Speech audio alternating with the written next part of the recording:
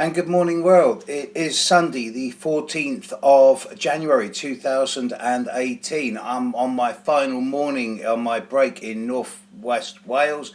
I've had an absolutely great time. I just love this landscape. It's so awesome, and that's a word I use rarely, so inspiring, so quasi-spiritual, the rock, the land, the water, the air. It's just so invigorating. Big thank you to the communities, both human and otherwise, of Northwest Wales for the hospitality and the kindness you've shown me. Right, so a couple of things. Firstly, let's get the basics out of the way, because as of tonight, as of about 6 to 12 hours time, we enter a one-off time that I've not seen before studying astrology. From, I don't know the exact times because I haven't looked it up, but I know it's later today. For about 2.5 days through to Wednesday morning UK time, we will have 6 planets in Capricorn.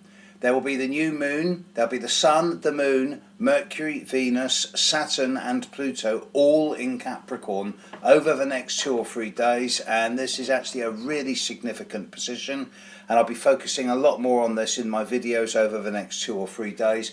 But it's an excellent time for most people who are able to get things done in a concentrated, focused, disciplined, hard-working and structured way. But as I say, I'll be focusing a lot more on this over the next 2 or 3 videos. But seeing as it's Sunday, and it's not quite a Sunday sermon, it's more of an anti-sermon. Long ago, when I say long ago, I mean about 100 years ago, maybe about 90 years ago, there was a guy called Immanuel Velikovsky. Now, he was an academic, but he made 1 or 2 assumptions about the nature of our solar system that caused him to be laughed out of the academy, and yet he was probably to be proven right.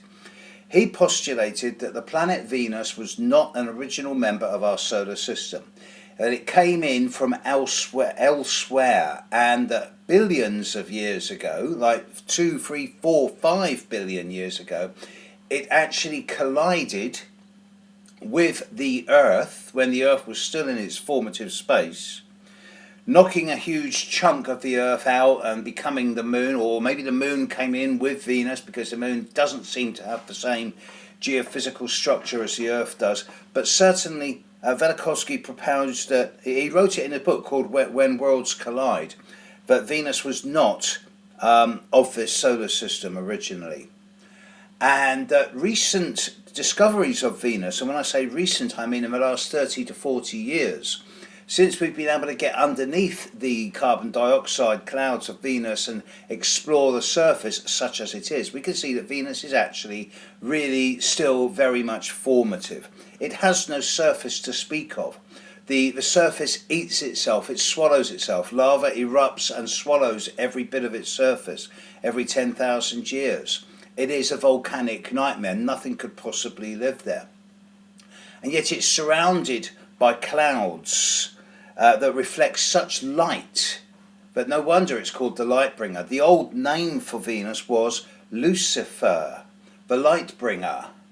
And certainly in ancient cultures, when Venus was the evening star or the morning star, depending on which stage of its position around the Earth's orbit, around the Sun's orbit it was in, it would appear to be a crescent with 2 horns. Whether those horns were pointed up, down, left or right depends on its particular stage of orbital rotation.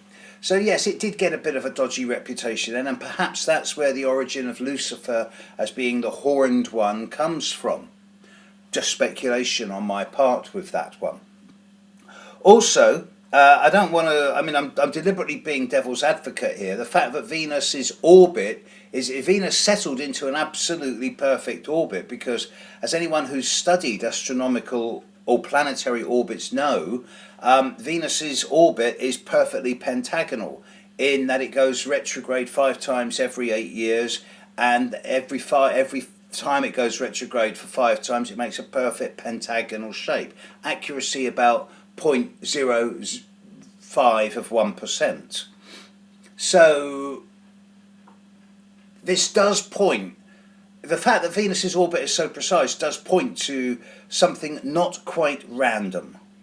That there's some type of external agency at work here, and yet the idea is that Venus was not an original part of our solar system, and that by colliding with the Earth and creating the Moon, and perhaps at the same time, it created circumstances and situations where life could form on Earth.